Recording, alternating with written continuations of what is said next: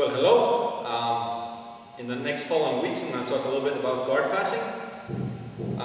If some of you remember, have seen my infamous Estonian guard passing from hell video, basically, I'm going to revisit the video, and not much has changed since then. Some details here and there. The main idea is always the same.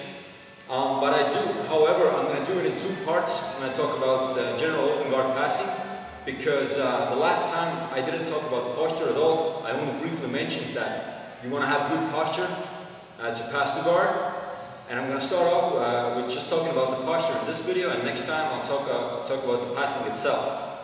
Okay, so the posture.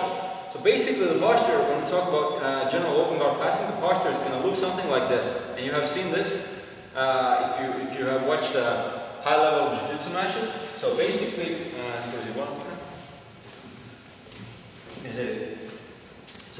you will have one of the legs in between his leg, and you squat it down. So your base is wide and it's low. Now, before I go any further, I'll just quickly talk a little bit why this kind of posture. Well, basically, you got to be, what the bottom guy is going to do, he's going to try to manipulate you in all sorts of ways, in all sorts of directions to try to off-balance you. Okay, that's the idea of sweeping. He will try to sweep you, or even when he goes for submissions, he will try to off-balance you to catch you in submissions.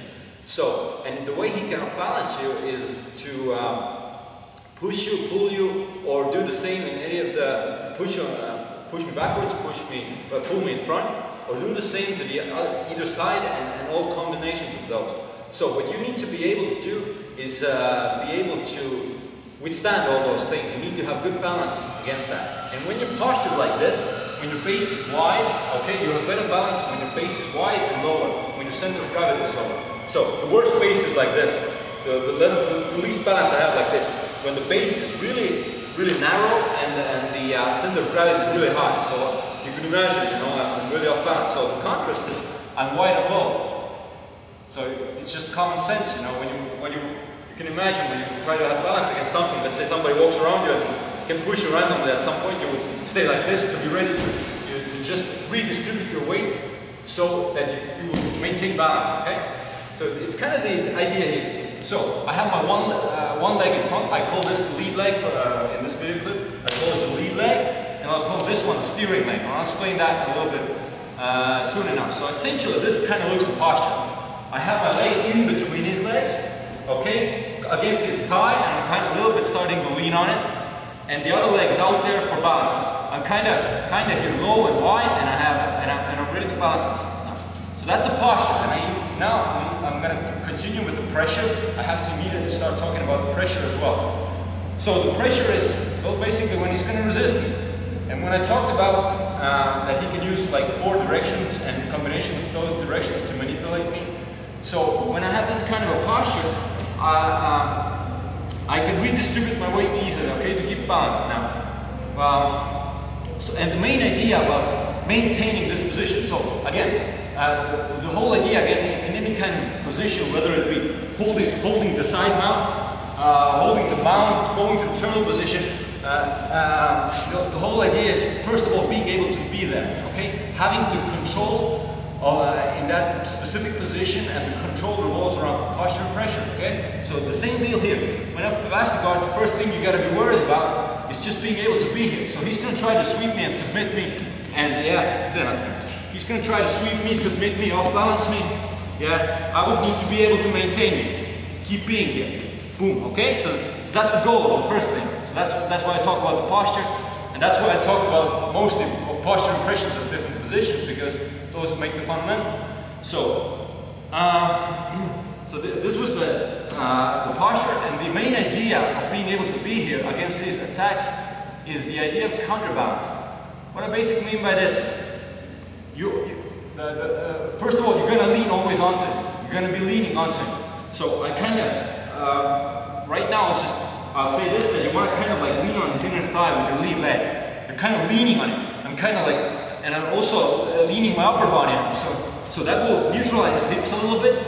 Okay, it makes it harder for him to play guard rather than stay in the weight, because his hips are more maneuverable. He can shrimp one way to the other way, and also this will take weight off your legs, because a lot of times when somebody new does it, he stays away from him, like here. He squats down, so he supports his own weight like this. So his legs get tired. How much can you stay in the squatted position? Not too long, okay? So you want to be here, you want to be leaning, always leaning on him. And that'll make it first heavy for him, but it'll also take your weight off your legs, so I can stay here for a long time, okay?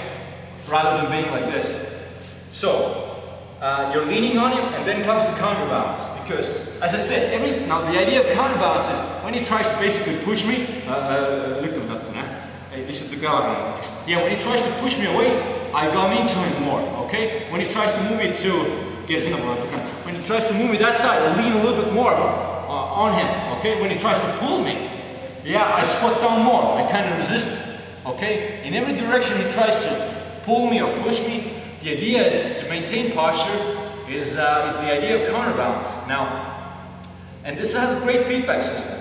For instance, like if I put too much weight over here, which often happens when a new guy does it, the bottom guy feels like automatically feels that it's so easy for me and him to just turn me over. Okay, so now you know you did something really awfully wrong. Okay, so you gotta not put too much weight over there. Okay, but on the other hand, you can't be too much like this, otherwise he'll shrimp out, go to a single leg or something. Yeah, boom, go get out of it. So this is another way it'll give you the feedback. Okay, so as key to this, to getting the feel of everything, you know, is doing a lot of isolation drilling with this. Okay, your movements get more precise, and you fall off way less. Again, it's just you got to do this, a lot of isolation drilling. Let him just try to manipulate your base, and you start to get the feel where exactly is your weight at all times. Okay, so the kind of look like this. He will try to get me out of here. Yeah, he's pushing me. I need more onto him. Yeah. Boom, yeah, I keep coming here. He will try to push me, I'll keep coming, I will keep going, keep coming on him, keep pressing on him. Boom, okay. If you do a lot of isolation drilling like this, just for the posture, just being able to stay there, we'll start to get the feel of it. And again, you'll see top guys use this kind of passing a lot. Just on top of my head, again, watch Mendes brothers pass this way. I think the Jiu-Jitsu is awesome, and their passing is kind of based around this. I also post a couple of video clips underneath my post in the blog of a couple of Jiu-Jitsu matches, and you'll see it being used in the high-level matches so often. You know, it's there. So the main idea, you had the posture. I talked about the posture, being low, being wide, leaning on him. Okay. And then the idea was the counterbalance. Now I'll turn your attention to this. I said this was the lead leg. The lead leg is kind of in between and leaning on him, okay? And this was the steering leg kind of. What I mean by this is, where as soon like this leg goes where exactly it needs to go to redistribute your weight accordingly. So what I mean by this, when he pulls me into it, yeah. So you see the leg comes more like this, so that I can pull myself away from it a little bit, okay, to counterbalance. Should he pull me in? No. Should he push me? You see the leg goes there. Alright? So when he pushes me, the leg goes automatically like this, so I can push against him. Boom, boom, boom. So when he goes go to the side, he goes that side.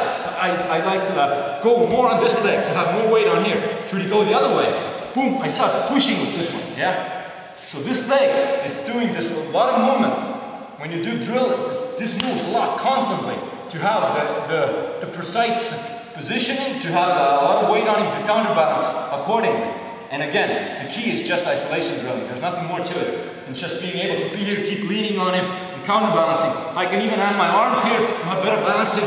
Yeah, just keep leaning on him. Keeping lean. Yeah, boom. Okay? So the idea is to counterbalance. Now, all in all, in a nutshell, that's basically the most fundamental thing about this kind of card passing, and I mentioned this in the blog post as well, that I'm yet to find a more structured and simpler and more effective way of starting to pass the guard, okay? Because this gives you a clear structure. You know, it's not some random sneaking, like I go here, I don't know how to pass randomly, jump around here. I always have a simple goal. I always want to get here, boom. And I always want to maintain this. It's a really clear structure for you. So when he gets out of here, boom, I want to get back there. This is my structure. I want to get back there. Okay? It's a really good structure. And as I said, low and wide base, good balance, and it's a good way to pass. In my opinion, I think it's at least for now, until I don't know if somebody figures out something even better posture. This is the go-to thing. Okay. So there are a few more little details that I want to turn your attention to. One of them is that. Yeah, I talk about counterbalancing, keeping your weight on him, okay? The bottom guy will use a lot of, there's several things that he could do from the bottom to start to get rid of your balance, okay? The two most common of them, you'll see it all the time, is him trying to get his feet out of it. You know, I want to keep them here. I want to keep his feet like this, away from contact with my hips, okay? They're down there, so they're not controlling me. If he starts getting them out, you know, whether this leg, yeah, this leg on my hip here, or the other one out here, boom, he can start, you see, he can start to push me away. So I'll just quickly talk about these two things, how to deal with the legs here, and well, basically with this leg. So when you want, what your arms are usually doing, as I said, you can put them on the here to have balance. You want to have balance. If you're holding some grip, there's nothing more ridiculous than holding some grip and you're feeling you're losing your balance and still keeping the grip. Oh, boom. Okay? It's ridiculous. Okay? You wanna, same thing with submission sometimes. You see guys do some really goofy submission and just cranking the hell out of it, even though they're gonna lose it and they're gonna end up in the bottom. It's just god awful. So basically, when you have some kind of grips even with the gi and you feel you're losing balance, get what I'm saying? Oh, I let go. Screw that. I let go and I get back here.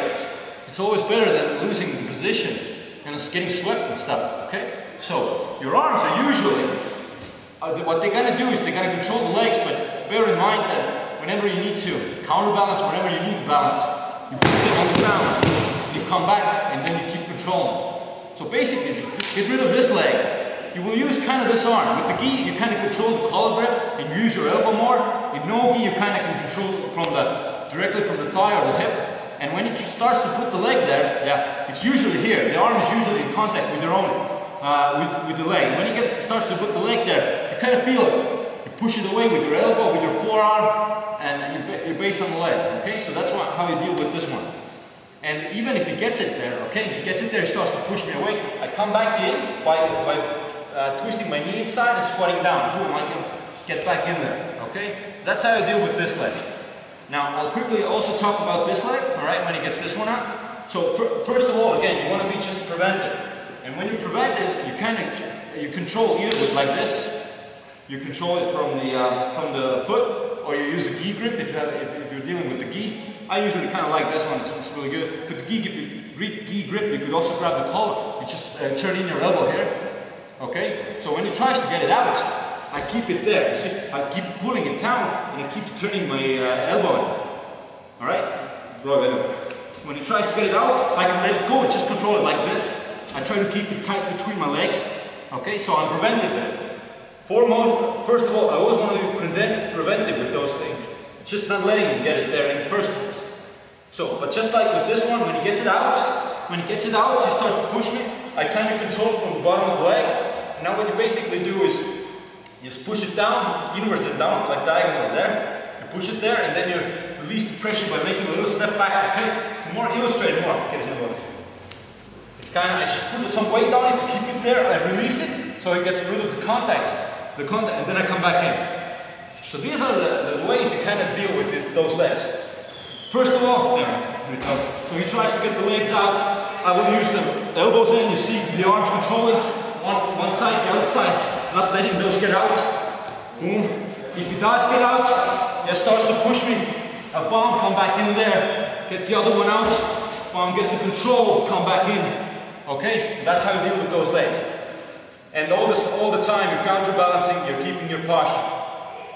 Okay, so far I've talked about the posture, why it's good, why you should use it. I talked about the idea of counterbalancing, which is just the main idea how you're going to keep your balance here, always counterbalancing. And I also talked about those legs a little bit because they're going to be out there all the time. well, he's going to try to get them out to manipulate and play spider guards and stuff. There are also a ton of little more stuff that he could do. It's just a short video clip now. I'm not going to go into them. You know, he could try to, from the bottom, he could try to go Del Riva hooks on me. He could try to get this hook in there. Yeah, maybe go to my back or something. Start playing that way. Yeah, go somewhere with the Del Riva hooks. He could try to put butterfly guard in. Yeah. When he puts butterfly hooks in, what do you do now? You know, your leg is not anymore in between. You got to be able to deal with that. You got to push it down, get your leg above here, come back in here. When you're dealing with the gi, you need to be able to deal with spider guard overhooks. Yeah, being able to deal with this kind of grip, you will usually grab my arm as well with the gi. Usually there's a gi here, you know. That's it. Usually you will grab the fabric here, yeah, you know, you need to be able to deal with that. Deadlifting, bomb, or going directly into passing here. And there's even more stuff. You could go, try to go underneath my leg here. You know, go some deep half guard on my ass, okay? You need to be able to be aware of that. Really, the more lower you are, the harder it is for him to go there. Yeah, the harder it is, I could even catch him with a little crossface in the meantime. So, the main idea was the posture and using the counterbalance to stay there. And then there's the little things that he will try to do to get you out of your posture. The two most common is just getting those legs out. He will always be trying to, you know, snake with his legs, you know, try to get him out. He will also do all those other stuff. As I said, just a short video clip. I'm not going into everything. I think I got most of the point across about the posture and the pressure. Before we even start passing, this is what you will use to just be able to maintain it, okay? And the last thing before I cut it off, I want to talk about how do you put him on his back? You know, a lot of what I don't like is when people bash guard. He would like to be seated, yeah. He would like to be seated, and what I don't like is seeing like people sneak around. You know, me guard bashing style sneaking here. Okay, just jumping somewhere. You know, boom, going somewhere, boom, fast, doing some goofy, flying, jumpy stuff. I hate it. Not that I would hate to fight against it. I just think that's ridiculous to do that kind of stuff. So, in my opinion, it's my job, it's my goal to put him on his back, and I should go into him. I should not, you know, sneak around and avoid the fight. I should go into him. And I'll just give you a little quick thing that always when I want to put him on his back, and here, you press from the upper body, head, shoulders, whatever, press from the upper body and from the leg. You lift and you boom. You put him back and you start passing. Okay, so you don't avoid the fight, you go into him, you put it. Bring the fight to him. So always no jumping, no sneaking around, just go into him. Boom, step in between. With the gi, usually you grab the collar here, immediately lift the leg, like boom, bam, going back there. Start passing here. So you can use that motion to get the fight going if he wants to play seated guard, to put him on his back. Okay, so. And I think in a nutshell now, I think I covered everything that I wanted to cover about the posture, okay? So you have a good posture, counterbalance to keep it going, to not get swept. As I said, great feedback system. You do anything wrong, think about it. Your weight was probably off somewhere. If the bottom guy is good, he will try to use combinations of those motions. He will push you, and then you counterbalance by pulling in. Yeah, you go in, and then he suddenly like pulls you in. Okay, so he makes a switch of directions. Again, this is something you'll learn to deal with as you drill more. You just get the feel of it. And then I talked a little bit about dealing with those legs that come out of there all the time. And there's a bunch of more stuff that are little things, putting the Riva hooks in, like din nan nan nan here there. But yeah, I got the point across, I think. And next time I'll do the Estonian guard passes from hell, volume 2. I'll revisit the passes themselves. And that's that for now.